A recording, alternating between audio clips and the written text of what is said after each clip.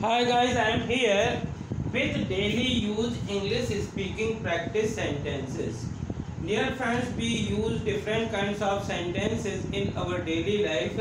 तो यदि आप भी इसी प्रकार से हमारा डेली यूज इंग्लिश सेंटेंसेस को सीखना चाहते हैं तो प्लीज़ सब्सक्राइब कीजिए पंकज इंस्टीट्यूट ऑफ इंग्लिश तथा इसे ज़्यादा से ज़्यादा लाइक और शेयर करिए। देखते हैं I just want to know। Our first sentence is I just want to know। कभी कभार आप किसी चीज को बड़ी उत्सुकता से जानना चाहते हैं तो इसको इंग्लिश में बोलते हैं I just want to know। मैं तो बस जानना चाहता था, मैं तो बस जानना चाहता हूँ। I just want to know। First I go। कई बार कुछ भी काम शुरू करने की बात आती है या कहीं पे जाने की बात आती है और यदि आप कहना चाहते हैं कि पहले मैं जाता हूँ, फर्स्ट आई गो, पहले मैं जाता हूँ। नेक्स्ट सेंटेंस लिखा I like to go there.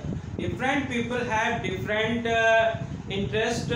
यदि किसी को कहीं पे जाना अच्छा लगता है और तो हम कहते हैं I like to go there, मुझे वहाँ जाना अच्छा लगता है।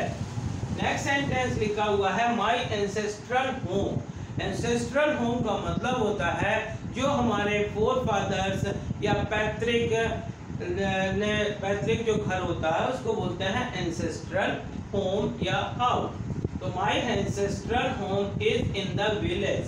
मेरा जो पैतृक घर है वो गांव में है।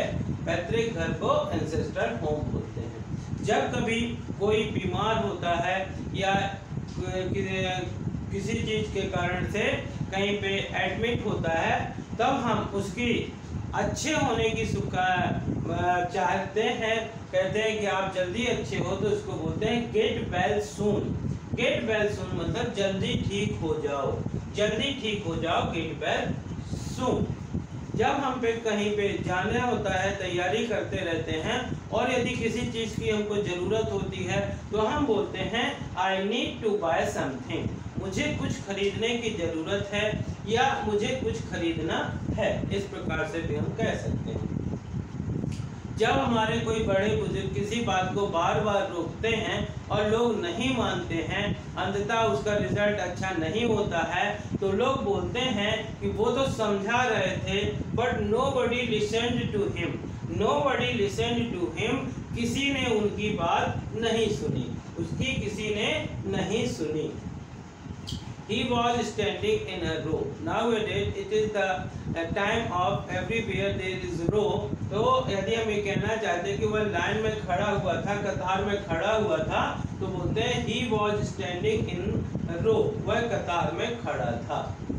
कोई भी कुछ व्यक्ति ऐसे होते हैं कि वो क्या करते हैं क्या नहीं करते किसी के समझ में नहीं आता है। ऐसे लोगों के लिए हम यदि कहना चाहते हैं what will he do is not sure। वह क्या करेगा निश्चित नहीं है, वह क्या करेगा निश्चित नहीं है। और डियर फ्रेंड, जब कभी कभार हम अपनी गप्पों में, अपने गॉसिप में समय बर्बाद करते रहते हैं, तो यदि कोई बड़ा आकर के हमसे समझाता है तो कहते हैं कि don't waste your time by talking. Don't waste your time by talking. बातों में समय बर्बाद मत करो, बातों में समय मत बर्बाद करो।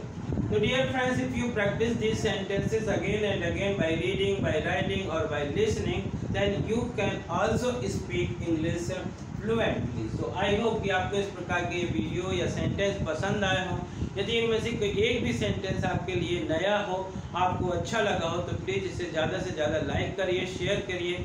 और यदि आप चैनल के लिए नए हैं तो प्लीज़ इसे सब्सक्राइब करिए, बेल आइकन को प्रेस करिए ताकि इस प्रकार के वीडियो जब भी अपलोड हों तो उनका नोटिफिकेशन आप तक पहुंच सके। Thank you for watching.